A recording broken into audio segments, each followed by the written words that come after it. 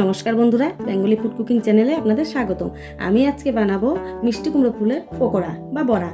তো এই মিষ্টি ফুলের পকোড়া আমি কিভাবে বানাবো সেটাই আমি আপনাদের সাথে শেয়ার করব। এই যে দেখুন, এখানে আমি মিষ্টি কুমড়ো ফুল তুলে নিয়ে এসেছি আমাদের গাছ থেকেই।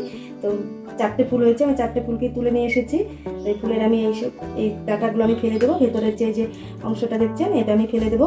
ফেলে দিয়ে আমি একটু হালকা করে ধুয়ে নেবো, কারণ যেহেতু মিষ্টি ফুলের ফুল, তাই হচ্ছে পাতাগুলো একদম পাপড়িগুলো হালকা হয়, তাই হালকা হালকা করে আমি ধুয়ে নেব। এর ভিতরের আমি এই শ্বাসটা ফেলে দিচ্ছি, সবগুলোই আমি তাই করে ফেলে দেবো। দেখুন, এইভাবে আমি সবগুলোকে ফেলে দিচ্ছি ভিতরের এই শ্বাসটাকে।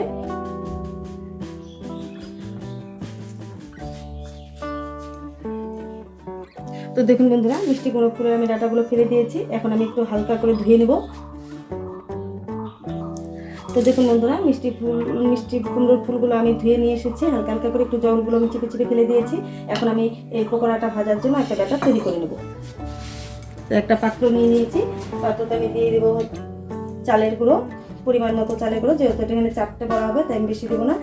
2 চামচ চালের গুঁড়ো দিলাম, আর 2 চামচ বেসন দিয়ে দিচ্ছি। এখানে একটু বেকিং সোডা 1/2 চামচ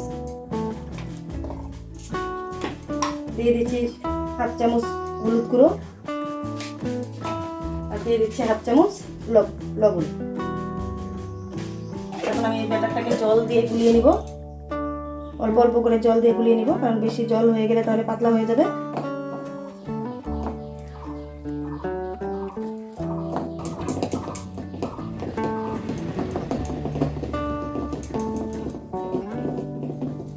ব্যাটারটাকে এইভাবে ভালো করে গুলে নেবেন, যেন দানা দানা ভাবটা না থাকে। দানা দানা ভাব থাকলে খেতে ভালো লাগবে না পকোড়াটা।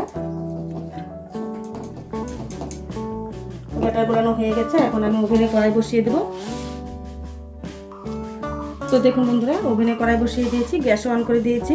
কড়াই গরম হয়ে গেছে, এখন আমি দিয়ে দেবো সাদা তেল পকোড়া ভাজার জন্য। পরিমাণ মতো তেল দিয়ে দিচ্ছি। এখন আমি পকোড়াটাকে ভেজে নেবো একটা একটা করে ব্যাটারের সাথে। দেখুন বন্ধুরা, এইভাবে আমি পকোড়াটাকে আলতো আলতো অবস্থায় ব্যাটারের সাথে আমি লাগিয়ে নিব।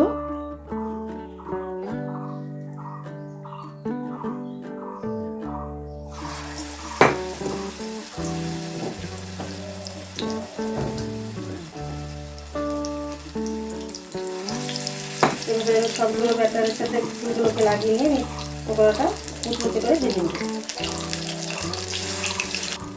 তো দেখুন বন্ধুরা, বেকিং সোডা দেওয়াতে পকোড়াগুলো কিন্তু কি সুন্দর ফুলেছে। এখন আমি উল্টে দেবো। তো বন্ধুরা, ফুল ছিল 4টে, কিন্তু এখানে আমার পকোড়া হবে 6টা, কারণ কি আমি ফুলগুলো একটু বেশি বড় বড় ছিল, মাঝখান থেকে একটা করে ছিঁড়ে নিয়েছি। ছিঁড়ে নিয়ে আমি 4টা ফুলকে 6টা বড়া বানাচ্ছি। তো অবশ্যই বন্ধুরা, এইভাবে বাড়িতে মিষ্টি কুমড়ো ফুলের পকোড়া বানিয়ে খাবেন, দেখবেন খুব ভালো লাগবে। ভালো লাগলে অবশ্যই একটা লাইক করবেন, শেয়ার করবেন আর সাবস্ক্রাইব করবেন।